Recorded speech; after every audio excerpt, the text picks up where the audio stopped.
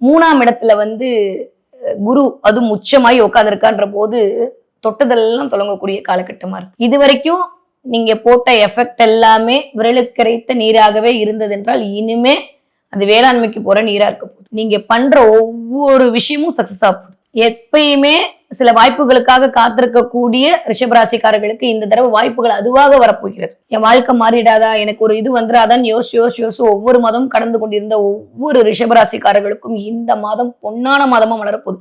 Extraordinarily இருக்குங்க. ஏன்னா mister புதனுடைய லீலைகள் இந்த தடவை கொஞ்சம் வக்ரமாயி அப்படியே இருக்கும்போது நிறைய பெண் குழந்தைகள் மீதான ஒரு அக்கறை அதிகரிக்கும். இதுவரைக்கும் இருந்த கணவன் மனைவிக்கான கருத்து வேறுபாடு மறைய போகுது.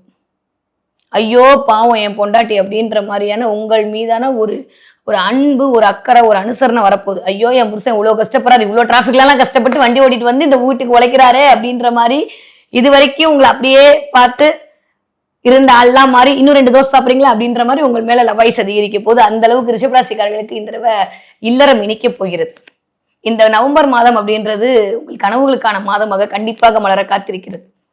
என்ன எதிர்பார்க்கலாம்? நிறைய நகை வாங்குறதுக்கான வாய்ப்புகள் 100 விழுக்காடு இருக்கு.